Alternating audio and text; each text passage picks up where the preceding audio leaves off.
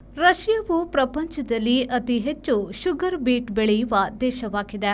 16ನೇ ಶತಮಾನದಲ್ಲಿ ನೀರು ಸಕ್ಕರೆ ಕಂಡುಹಿಡಿದು 19ನೆಯ ಶತಮಾನದಲ್ಲಿ ಸಕ್ಕರೆ ಕಾರ್ಖಾನೆಗಳು ಪ್ರಾರಂಭಗೊಂಡವು. ಬೀಟ್ರೂಟಿನ ಇನ್ನೊಂದು ಬಗೆ ಸಕ್ಕರೆ ಬೀಟ್. ಈ ಬಿಳಿಗಡ್ಡೆಯಲ್ಲಿ 75% ನೀರು, 20% ಸಕ್ಕರೆ, 5% ಹಿಪ್ಪೆ ಇರುತ್ತದೆ.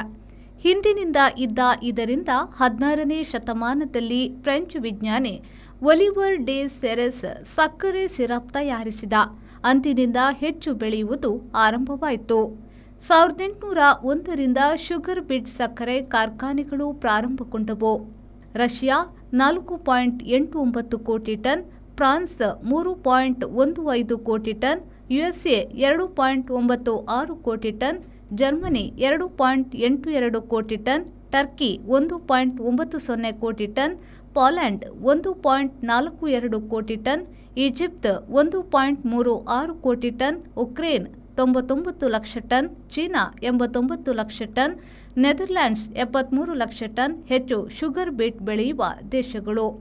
ಜಾಗತಿಕವಾಗಿ 26.10 ಕೋಟಿ ಟನ್ ಪ್ರತಿ ವರ್ಷ ಶುಗರ್ ಬೀಟ್ ಬೆಳೆಯುವರು. ಹೆಕ್ಟೇರಿಗೆ ಅತಿ ಹೆಚ್ಚು ಉತ್ಪಾದನೆಯ ತಳಿ ಈಗ ಚಿಲಿಯಲ್ಲಿ ಜನಪ್ರಿಯವಾಗಿದೆ.